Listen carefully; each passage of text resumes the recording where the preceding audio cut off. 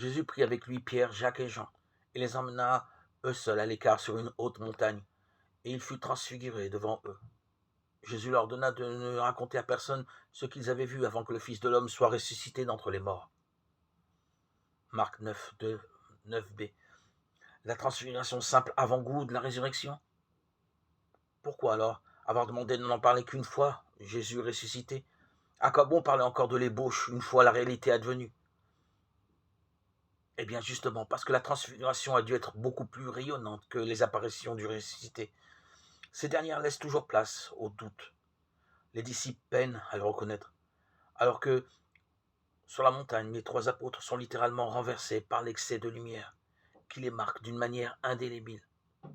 Aussi pourront-ils attester en toute vérité la gloire divine du Christ.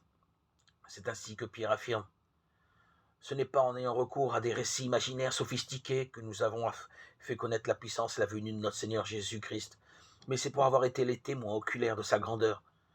Cette voix venant du ciel, nous l'avons nous-mêmes entendue quand nous étions avec lui sur la montagne sainte, 2 Pierre 1, 16, 18. Seigneur, fais briller sur nous la lumière de ta face. Fais-la briller sur tout ton peuple saint, celui que tu as choisi.